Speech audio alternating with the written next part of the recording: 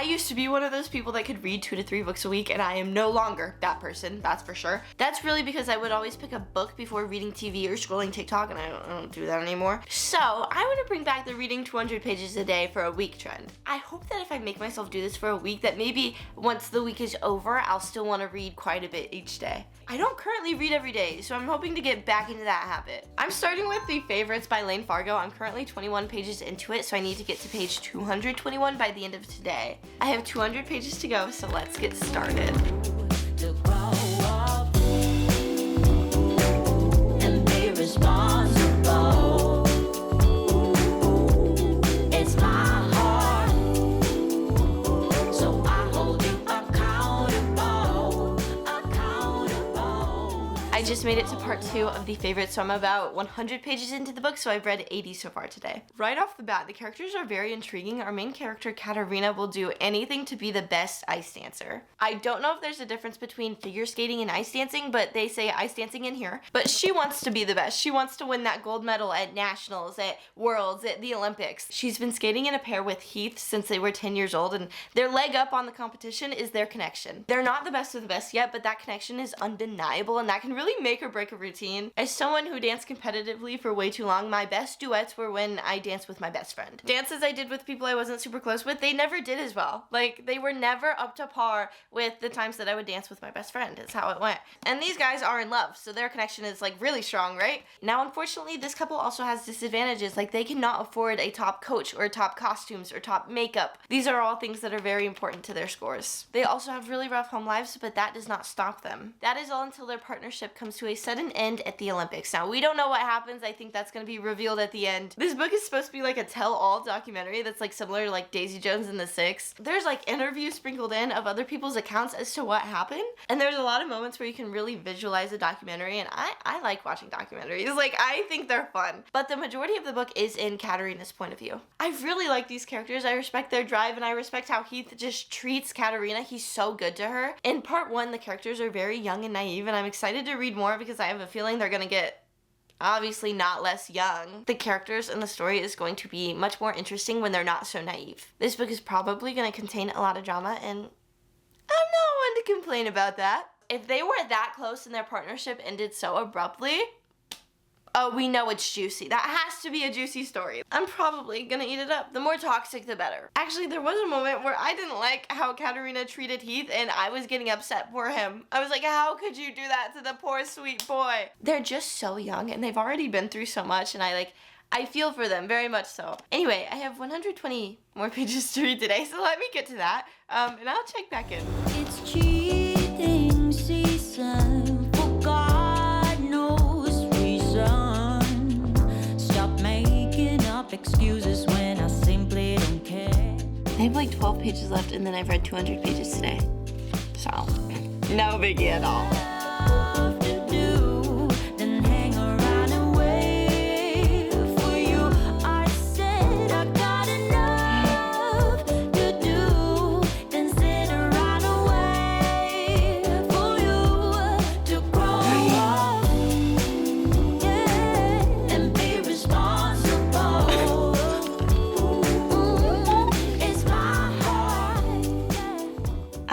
The 200 pages, but there's no way I can stop now. So I'm gonna keep going. I'll keep you updated in the morning. I'm 232 pages into this book, and I only have 202 pages left. The tension in this book was crazy. So much of it had been built up, and you're just waiting for it to all explode. You're waiting for the volcano to erupt. I was expecting an eruption, but not that eruption. Oh my gosh. The last chapter ended on a cliffhanger, but I didn't want to keep going because I have like almost exactly 200 pages left, and if I kept going, I'd have to start a new book tonight. I'm a little over halfway through the book. It's been a joy. I'm really happy I picked this book up. This was a good book to start with, I think. I'm in part 3, and I think that's my favorite part so far. I think if I had to rank the 3 parts right now, it would be part 3, part 2, part 1. Maybe it'll continue to go that way. Anyway, I have 200 pages to read, so let me get started on that.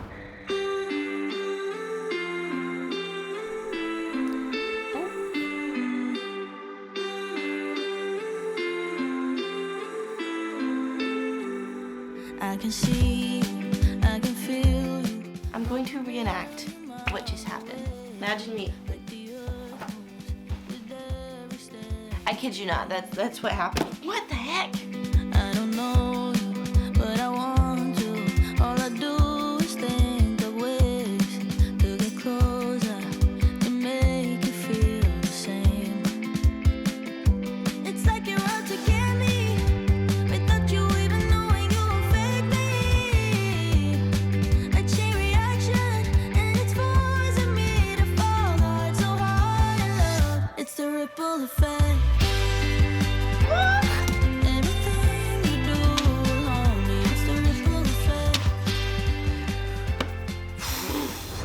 I finished the favorites, and it's not even 9 o'clock. I read my 200 pages early, and I have time to spare. I have time to start a new book. Before we move on, though, let's talk about this bad boy.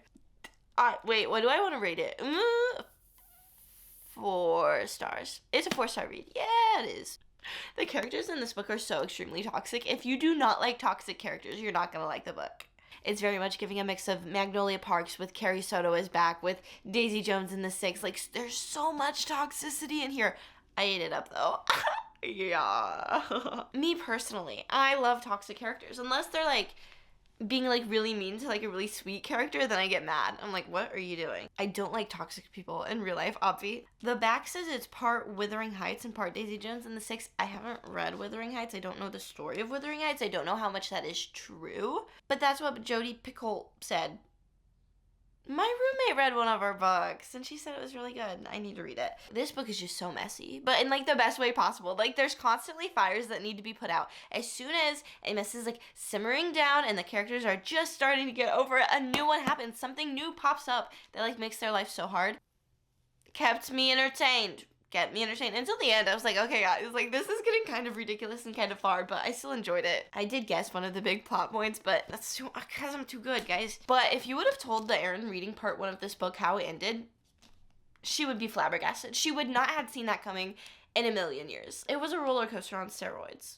According to Goodreads, there were some inaccuracies within this book about ice dancing, but I don't know much about ice dancing in the first place, so, like, I couldn't pinpoint them and be like, oh, yeah, right, that would never happen. Like, I genuinely could not tell you. But I will for sure be watching that at the Olympics whenever the next Olympics is. Is it 2026 is when the next Winter Olympics is? Oh, there was another moment at the end of this book that I called immediately. I clocked it immediately, and I was like, you know what's going to happen? This is going to happen right then and there. And then it did happen, and I'm so pleased. That was the most perfect thing that the author could have done. I feel like it was the perfect ending for the book. I feel like there's sometimes where you, like, have the ending, and it's not necessarily what you wanted for the characters, but you can't really see a different outcome. That was an easy 200 pages. That was really entertaining. I need to pick up, like, another entertaining book. And I think I know what book I want to pick up next, because I haven't read fantasy in a while, and I think I want to read a fantasy book, and I want to finish a series, right? I think I'm going to read Fearless next, so that I can say that I have finished another series.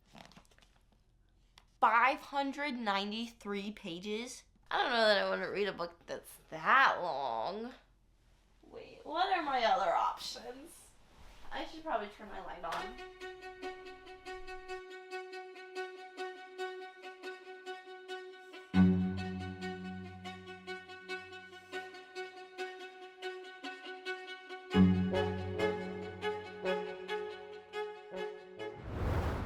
I started 2 books last night. I started The Vanishing Stair and The Darkest Part of the Forest. I don't think I'm going to read either one of them today. You know, I don't really feel like reading either one of these books right now. I'd actually rather read Heartless by Marissa Meyer. I really should have just started this book last night, but I have reasons as to why I picked out this one. I've been wanting to start The Vanishing Stair for quite a while now because it's the second book to Truly Devious, and I really like that book, and I was like, oh, maybe I am in the mood for a mystery. Let me pick this up. But then I also wanted to read a fantasy book on my Kindle, and this one was available for checkout at Libby. And it's really short. This book is only 324 pages, so even though I wanted to read Heartless more, I was like, well, I can't read it on my Kindle, and this book is over 100 pages longer. Now let me tell you something, I also want to read another book, and that's Everything I Know About Love. You know, a little bit of nonfiction up in here. This is like a memoir, and it's also just advice for women in their 20s.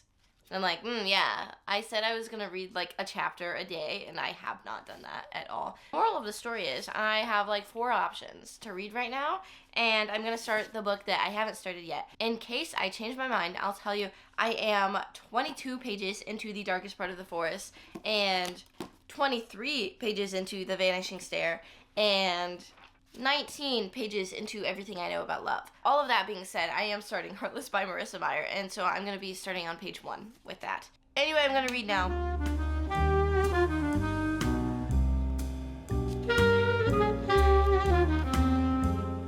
It is almost 11 p.m. You want to know how much I read? I'd actually have to do the math. I don't know. I read 87 pages today.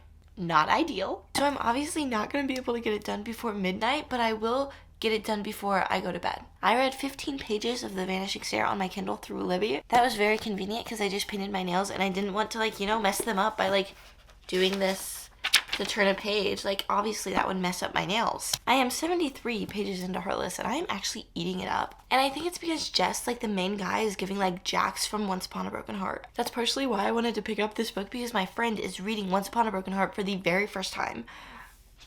I'm jealous. I'm so jealous. We're obviously talking about it a lot, and I miss that so much that I was like, let me try Heartless. I feel like it's a similar vibe, and it definitely is. I'll give you a better synopsis of this book in the morning. I don't feel like doing it right now. But long story short, this is the origin story of the Queen of Hearts. How she becomes evil. I'm going to read more of this, Alfie. Oh my gosh. Erin? How are you not even at 100 pages yet? 87 pages? That's it? Girl. Only 113 pages left to go. I love my dog so much, but she just got groomed and she's bald. She looks like an old man. Anyway, let's chat about books in this challenge. I already failed. I failed on day 3. Not even halfway through the week yet, and I failed. I only read Heartless last night, and I'm on page 124, so didn't quite make the cut. I needed 61 more pages, so I'm gonna have to read 261, unless, if you really think about it, day 1, I read 10 extra pages, and day 2, I read 40 extra pages, so really, I'm only 10 pages behind. I think I'm still going to try to read 260 pages today. Ideally, I can finish this book today. I don't know how realistic that is. Probably not a lot, because I actually have plans today, and I don't usually have plans. You know what's shocking? When you actually text your friends and ask if they want to hang out, usually they do.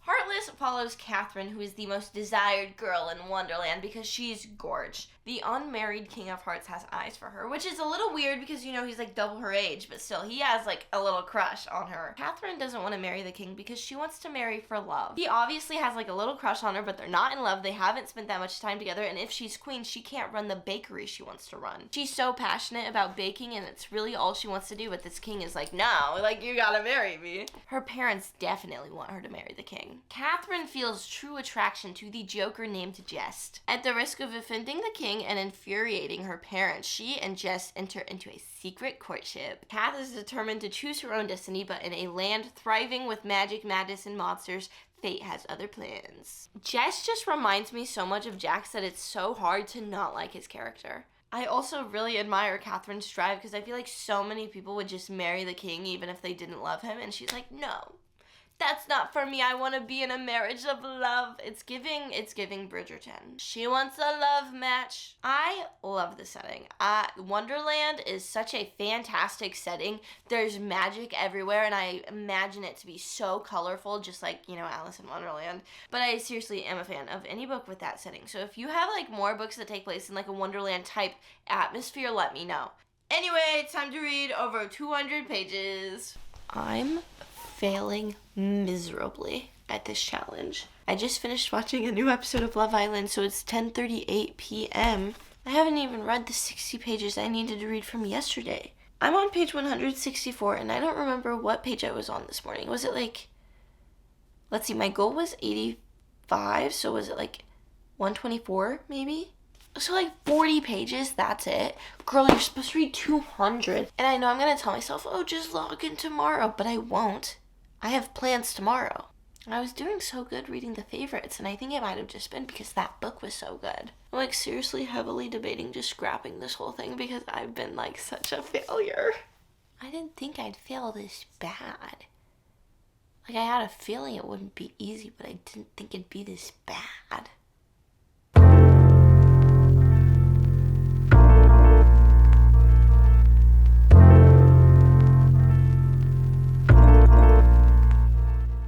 by. A couple of days have passed. I'm gonna try again because I'm not a quitter, so I'm gonna try to read 200 pages a day for the next 5 days. I'm only doing 5 because I already have 2 successful days and I don't want to like ignore that. That started this morning when I read 33 pages of The Vanishing Stair, which is the second book to Truly Devious. Ellingham Academy is a famous private school in Vermont. It was founded by a super rich guy for the best and brightest students around. The school is a very secluded boarding school and he lived there with his family. His wife and daughter were kidnapped in the 1930s and the only clue was a mocking riddle listing methods of murder. And it's signed by the pseudonym Truly Devious. This kidnapping and potential murder became one of the greatest unsolved crimes in history. In the present day, we have true crime aficionado Stevie Bell, who is there to solve the case. Even though it's a cold case from the 30s, that is the thing that she is specifically studying at Ellingham Academy. But Truly Devious makes a surprise return. Now, in both of these books, I do prefer the plot from the 1930s. I think it's a lot more interesting than the present day plot, but we do spend more time in the present than we do the past. There are chapters, though, that are in like the point of view of people that were alive in the 30s when the whole case was going down. That frightful night when 2 kids disappear along with his wife. You read about Albert's point of view, his friend's point of view,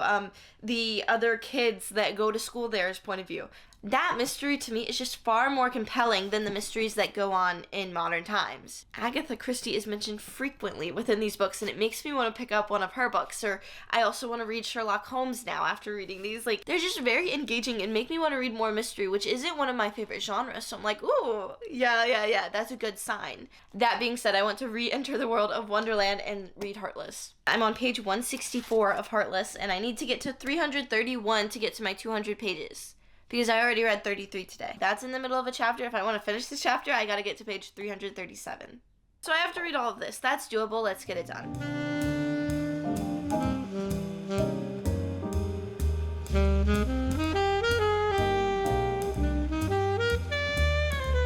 Life feels so amazing when you get your 200 pages done before the sun sets. I'm telling you, it's a euphoric feeling. Oh, I'm on page 337.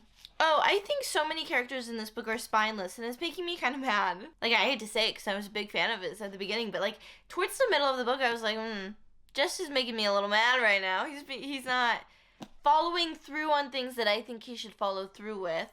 I feel like he had a bit of a demeanor change, and then all of a sudden I was like, oh, who's this guy? He's not nearly as entertaining as the guy at the beginning of the book. But of course, we're discovering more and more about him, and I guess some of it's more justified, maybe. I'm not the most pleased with where the plot's going, but it makes sense. There's also another point with this monster called the Jabberwock, and I have a lot of theories about this monster, and I think I'm correct. I think the reveal is going to be that...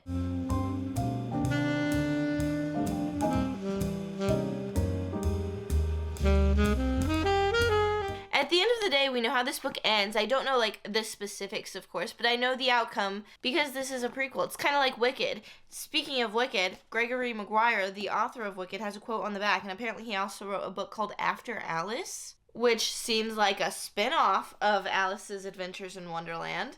I am curious about how the rest of this plays out, but I'm confident. I'm so confident, and I have so many theories brewing up in here, which I guess a good book makes you theorize, right? Bad books also make you theorize. Books should make you theorize. I'm motivated at the moment to read so much this week, and I could continue going tonight. I don't know if I will, though, because I have a video I want to edit. And I also know that if I tell you I'm going to continue to read tonight, more than likely I'm going to read like 5 pages and call it quits. Really no point on telling you if I'm going to do so or not, because more than likely it won't happen, or maybe it will happen, but it'll be like not enough where it's significant. Alrighty, another day down, 4 more to go.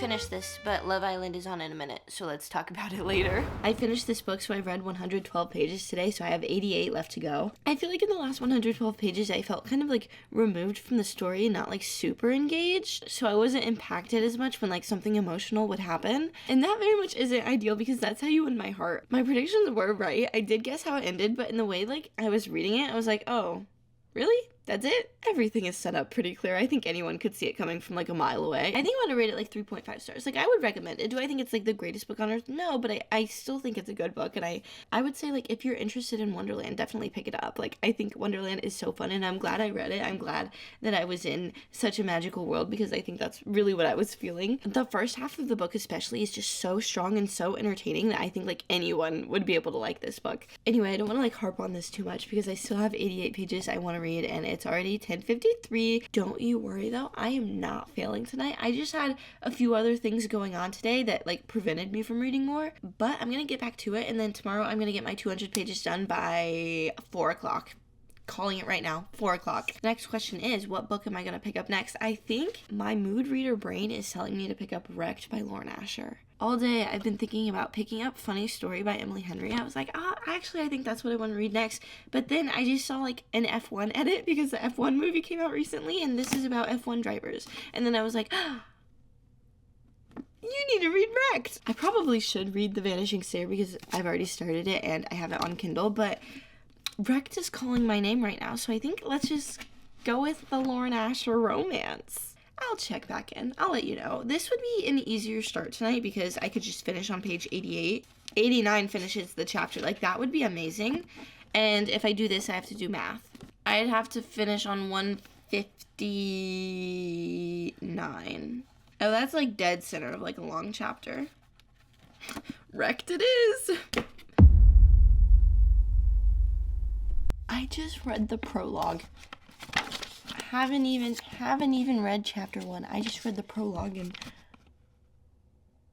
it's the prologue, and part of me is like, you can say what happened, like it's the very beginning of the book, but it's nowhere near stated on the back. Like, I had no idea that was coming. I thought this was going to be a silly little F1 romance book, but boy was I wrong. Maybe I should have known because she has some pretty heavy books, but what was that? Well, I'm now hooked, but I'm also scared to go to sleep tonight, so this book has already wrecked me. Well, I guess it's good I won't be sleeping tonight because we have quite a bit left to read. That's crazy. Okay. Focus.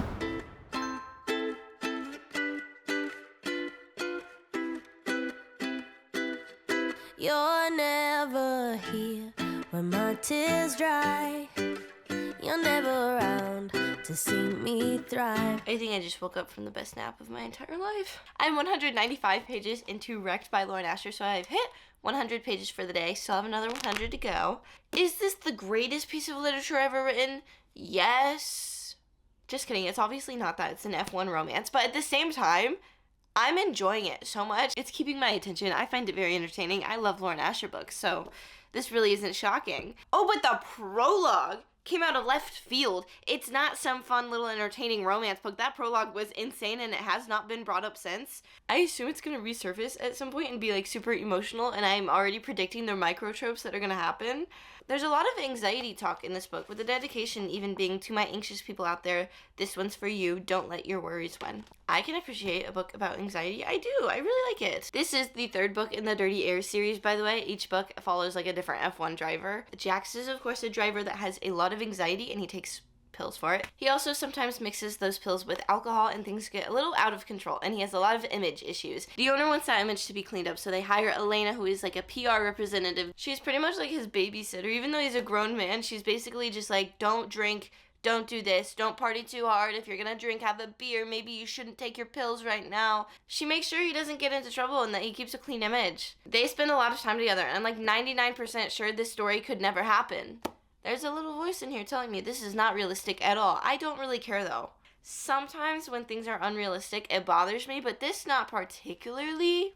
They're always sharing like a hotel suite, and there's just like so much about it that I'm like, I don't see it happening. But it's okay, I'll look the other way. My brain is not computing the words I want to say correctly at the moment, so I'm going to stop talking and I'm going to get reading. I have to fall apart to get to see you again. You only have a heart when mine is bleeding, some kind of friend. If I would win the lottery, you wouldn't be happy for me. I'm a really big fan of what's going on in here. I got to page 296. This book is fantastic. This book makes me feel so happy, and I'm giggling reading it. I'm like, oh, that was a really funny joke, and I'm getting emotionally attached to the characters, and I feel for them and everything, and this book is my favorite in the series so far. Oh! I just knocked Legos off my shelf. Let's say a quick prayer right now. Hope that none of it broke. I can't even bring myself to look at our fallen Legos. No! We have some construction that needs to be done. I'd say these books are pretty good, but they're like nowhere near like top tier books. But this is fantastic. Something I have noticed though, there's like not a big focus on the F1 part of this. Like in these two books, the races are just like such a big part of the plot, and they're kind of skipped over in this. Like we'll get in passing like how well he did in a race, but we never get info on him training or him literally driving at all. Like that was kind of cut out of the book. I kind of liked reading about that in these two books, and that's missing from here, but I didn't notice it right away. Like it took a long time for me to be like, oh wait, that's like just not there. Honestly, if I didn't talk about this book to a camera, I don't know that I would have noticed that it was missing. But I love all of these side characters and all the interactions. They're so fun. And like the side characters are so funny, and they bring like this lighthearted charm to the book, I guess. There is so much symbolism within this book, and there's a lot of mentions of Hunger Games and Katniss and the Mockingjay pen, and my Mockingjay pen is right here. This was at the checkout at like an independent bookstore, and I grabbed it real quick and put it, without looking at the price, $10.50. I thought it was gonna be like $5. It's really not that big of a deal, and like supporting independent bookstores, but like $10.50. I also have this bookmark that's a ticket to the second quarter quell. Oh! And we have President Snow right here. I just feel like giddy reading this book. I think I rated like the first two books like 3.5 stars, maybe 3.75. So I assume this would be on that level, but it's so much higher. It's so good. I have just over 130 pages left of it, and I kind of don't want to finish it because I'm enjoying it too much. But it'll be okay because then I will still have Redeemed left to read. Anyway, I'm going to fix my camera and read my book. I finished it and I loved it. I had such a good time reading this book. This was such a joy. Well, there's a lot of really sad moments in it, but it's such a joy. It gave me that 5-star feeling. Like, there are some parts that if I want to be like really nitpicky, I could be like, this wasn't the best part. But fact of the matter is, I don't feel that way towards anything. I love the flaws within it. There have been times when I've been reading like romance books and a character will say the wrong thing or they'll make the wrong decision and it'll like kind of ruin the book for me, and that never happened in here. Even if the characters are making dumb decisions, they weren't so dumb, right? I just wasn't expecting this to be so amazing, and I love it. It makes me so happy, and isn't like, oh, I feel so joyful reading this book. It makes me just want to pick up more books and read a whole bunch. I've read 136 pages today, so I have plenty left to go, but this has put me on such a high. I feel so much joy, and I am kind of waiting. I'm like, in 2 days, am I going to say, actually, it's a 4.5 stars? I've done that before, but I feel such like an immense amount of joy towards this book. But I can also take a step back from the book and be like, was that the best piece of literature ever written? No, but it's still a 5-star. I didn't say it was good. I said it was 5 stars. And now I have to pick up a different book with different characters? I have 64 pages left today and then 200 for tomorrow, so ideally I choose a book that has, 264 pages. I don't think that'll happen, though, but we can look. Look Out for the Little Guy is only 213 pages, so I could read a whole nother book, but this won't cover it all. So then I could pick up Everything I Know About Love or The Vanishing Stair. I probably should pick up The Vanishing Stair, but I don't really want to at the moment. And this is a memoir I'm convinced I don't need to read like all at once because a lot of it is like advice for women in their 20s. I could also pick up the Anthropocene Reviewed, I think that's how you pronounce it, by John Green, because this book is only 295 pages. Ant-Man or John Green's thoughts. That's really what we're going in between. This is only 31 pages longer than the amount that I need to read. Should I pick this up? There are way more words on a page in this book than there are in this book. This would probably be an easier read, because I also already know how this world understands. I already understand how this world works. Honestly, I would probably be better off reading the John Green book, but I really want to read this, so. I read the bare minimum yesterday. I stopped right at page 65 because this book, honestly, not very good. Not very good at all. This book is just so boring. It's just like, oh, I'm a father. Being a father is hard. I'm also a superhero, and that's not as hard as being a father, but they're different jobs, you know, like. This book appears in Ant-Man Quantumania? It is in Ant-Man and the Wasp Quantumania when he goes on a tour with this book. Maybe I shouldn't have expected more. It's just that when I checked out at Barnes & Noble, the guy was like, this is a really good book. Like, I actually really enjoyed it. And it's so bled, so boring. Like, the character of Scott Lang is funny, and he's not really all that in here. I probably should have known that this book wasn't all that great because these are the reviews on Goodreads.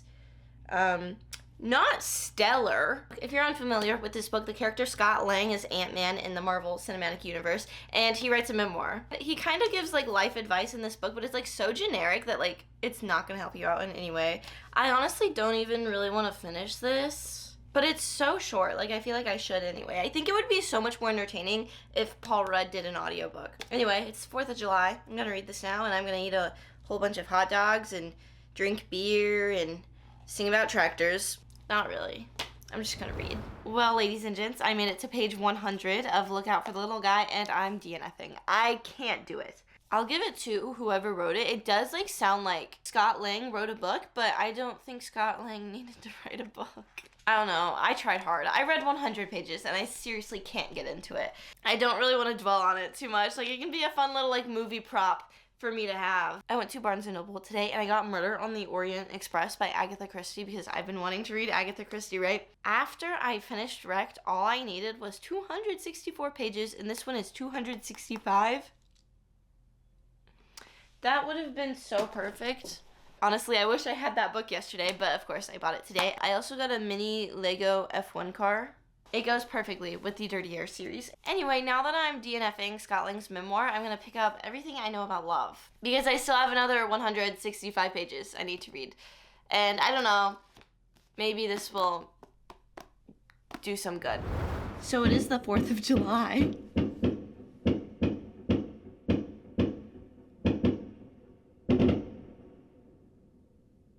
I assume you could hear that. I did read 60 pages of Everything I Know About Love, and I'm really enjoying it, but I have been, like, annotating it, like, tabbing it and writing in it. I don't really want to read a book that I'm annotating now that it's nighttime, so I'm going to pick up my Kindle and read The Vanishing Stair. I still have 105 pages left, which is actually perfect because that ends a chapter. Anyway, I have quite a bit to read tonight, so I definitely will be doing that. My 200 pages are done, and I don't know when I'm going to finish this book. I definitely will finish it at some point. But all of the books I checked out on Libby just got off hold, and I have a lot of those to get through in limited time. I have suspicions. I have theories as to what happens in this book. Well, the series, because there's still another book in the trilogy that's all a part of, like, the same crime of who truly Devious is. I honestly don't think this book is going to give us very many answers. I don't think you're going to get a lot of answers until you read that third book, till I read that third book. Maybe you've read it. Maybe you don't plan on reading it. I don't know. But all of my library holds just came through at once, so I have quite a bit to get through before I can finish this. So this guy will go right here for now, and we'll get back to it later. Now, I thought that challenge would be a lot easier than it was, especially since I don't have a real job. I really have no excuse as to why that was so hard for me. Well, I have an excuse. It's just not a good one. I've been scrolling, is what it is, and Love Island. I can't keep those Islanders waiting, okay? I gotta watch it as soon as it comes out. I'm pretty proud of how much I read. I think it was a pretty good amount, right? The Favorites, Wrecked, Heartless. Could have been 4, but wasn't. Anyway, I have other reading vlogs planned that I'm really excited for, so hopefully you'll subscribe and stick around, you know? If you would like, comment, and subscribe, I would very much appreciate it. I will see you at some point or another. Bye!